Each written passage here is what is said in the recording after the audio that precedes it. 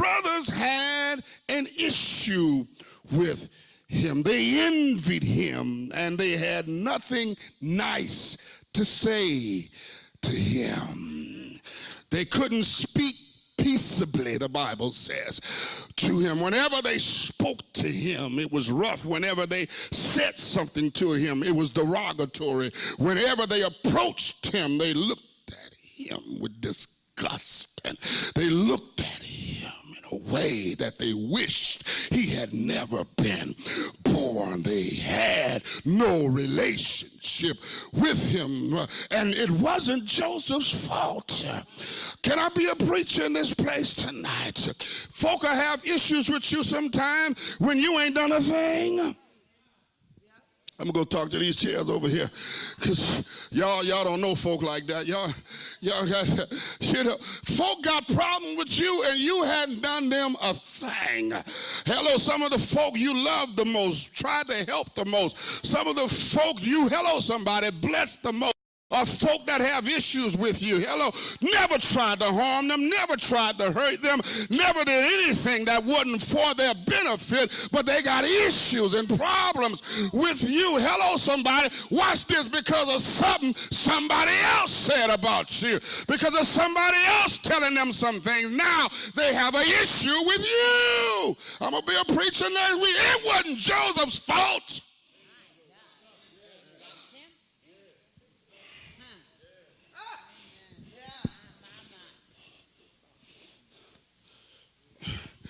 But it's bad enough when your daddy shows you favoritism and folk in your family don't like you because they think he's showing you favoritism. But then here comes God.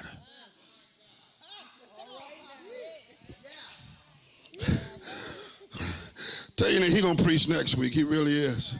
He really is. He's going to preach next week. Here comes God adding to the situation. Praise Jesus. They're already envious. They're already jealous. They already don't like him. They already don't want to say a word to him, don't want to speak to him, wish he had never been born because of the daddy's treatment of the son. And now here comes God.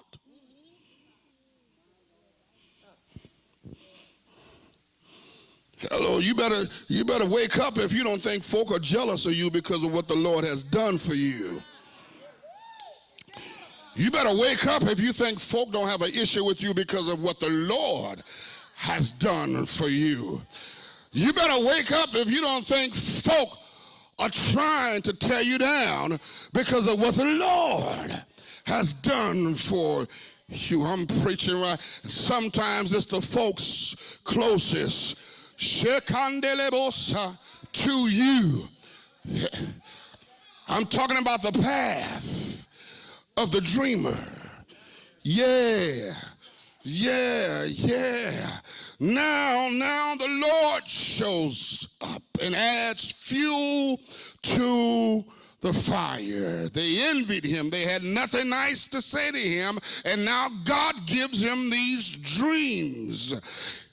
And he tells his family the dreams that the first dream he saw, he and his brothers are out in the field cutting the sheaves. And he says, my sheaf stood up, and your sheaves were bowing before me. I was upright. I was above yours.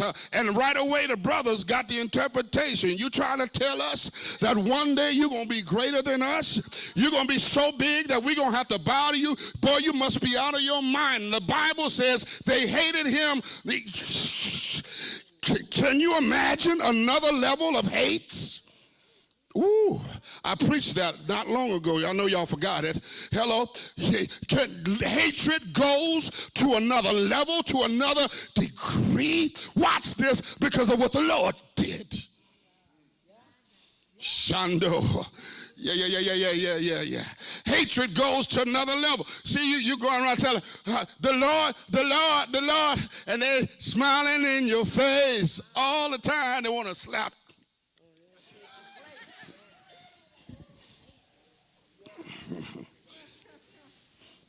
Hello. It's the truth. I'm going to help you out in a minute here. I'm going to help you. Tell your neighbor he's talking about the path of the dreamer. He tells them the dream, and this enrages them, and their hatred for him grows.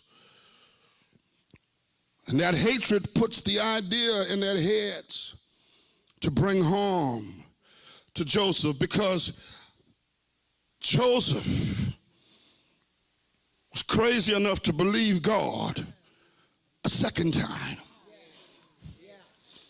God gives him a second dream, and he believes God when God gives him the second dream, just like he believed him in the first. And in the second dream, he says, the sun, the moon, and the 11 stars, hello, came and gave obeisance to me.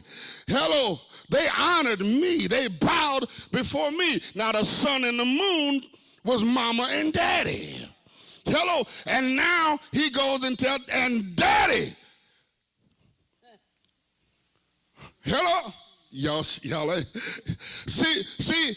even though you're the favorite, there's some stuff daddy don't want to hear from you.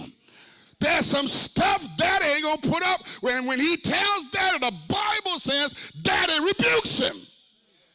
He rebukes his favorite. He rebukes his beloved and says, no, boy, you've got to be out of your mind if you think that's going to happen. But I believe in between the time that he spoke that and the time Joseph left the room, God spoke to him. Because the Bible says his brothers would not believe him, but his father observed the saying. Daddy realized, wait a minute, quite possibly this is God. Well, what do you mean quite possibly this is? Well, I got to remember where I came from. And I never thought that God would do for me what he did for me, but here I am today. He changed my name. I was a trickster. I was a deceiver. I was a supplanter. I stole my brother's birthright. Can I preach to five folk? And God showed up for me anyhow, so much so that I wrestled with him.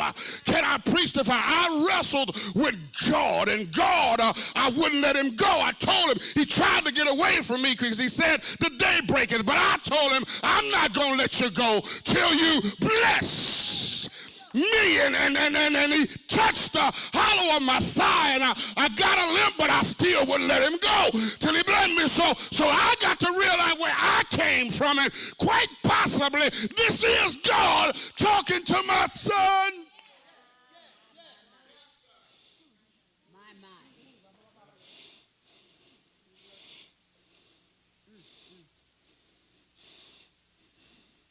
He's 17,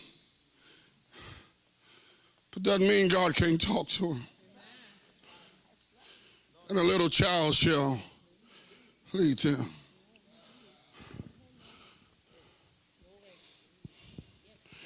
The path of the dreamer. You gotta tell folk who most times won't believe you.